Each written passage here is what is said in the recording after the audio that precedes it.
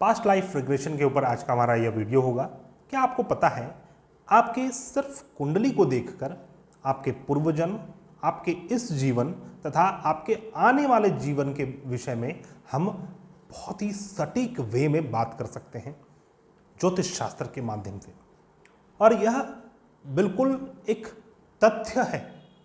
ज्योतिष शास्त्र के प्रवर्तकों ने, जैसे कि पराशर ऋषि ने, इस विषय का अवलोकन किया है, जिसमें हम आपके पूर्व जीवन, अभी का वर्तमान जीवन और जो आपके इस जीवन के मृत्यु के बाद जो आने वाला जीवन है, उन सभी का बहुत ही गहनता से विश्लेषण कर सकते हैं। इसी चीज के ऊपर एक बहुत ही सिंपल सा विषय आता है कि आप पूर्व जन्म में स्त्री थे कि पुरुष थे। बहुत सारे लोगों के मन में यह प्रश्न आता है कि मैं इस जीवन में तो पुरुष हूं, क्या मैं पूर्व जन्म में भी पुरुष था या फिर मैं स्त्री था। उसी प्रकार कुछ और भी तथ्य हैं जो हम सिर्फ कुंडली देखकर बिल्कुल सटीक परिणाम तक पहुंच सकते हैं।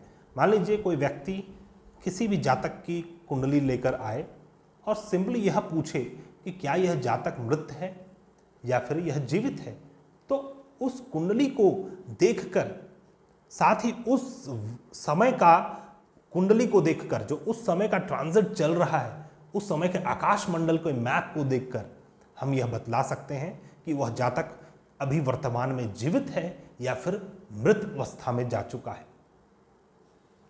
तो बहुत ही छोटा सा वीडियो रहने वाला है। मैं हूं आपका आध्यात्मिक दोस्त डॉक्टर मोहित और आपके अपने चैनल एस्ट्रोलॉजर मोहित शाह में आपका स्वागत करता हूं। तो दोस्तों, यदि आप जानना चाहते हैं कि आप पूर्व जन्म में स्त्री थे या पुरुष थे, तो आपको इसके लिए अपने द्वादश भाव को देखना है।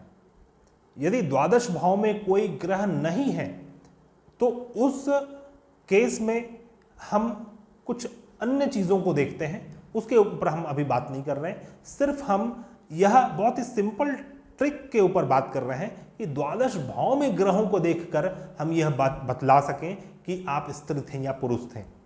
तो यदि द्वादश भाव में स्त्री तत्व के ग्रह स्थित हैं, यदि द्वादश भाव में, द्वादश भाव का अर्थ है 12th हाउस में, यदि चंद्रमा और शुक्र ग्रह स्थित है, तो ऐसा जातक पूर्व जन्म में स्त्री होता है।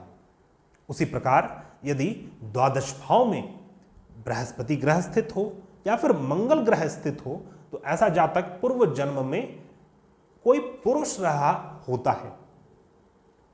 उसी प्रकार तो आपको समझ में आ गया कि यदि बुध और तो आपको समझ में आ गया, यदि चंद्रमा और शुक्र ग्रह द्वादश भाव में स्थित हो, चंद्रमा या फिर शुक्र हो, तो जातक स्त्री होता है, या फिर अगर बृहस्पति या फिर मंगल हो, तो ऐसा जातक पूर्व जन्म में पुरुष हुआ रहता है। यदि चंद्रमा के साथ बुध ग्रह विराजमान हो, तो पूर्व जन्म में ऐसा जातक स्त्री रहता है और बाल्यावस्था में ही उसकी मृत्यु हो गई रहती है।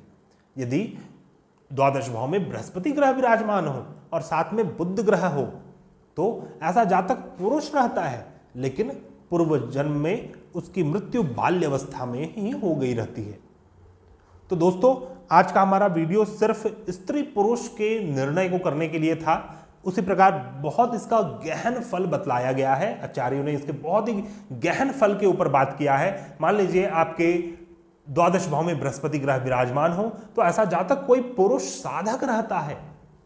तो इन सभी विषयों के ऊपर हम पास्ट लाइफ रिग्रेशन, जो हमारा यह वीडियो का श्रृंखला है, इसके ऊपर हम बात करेंगे।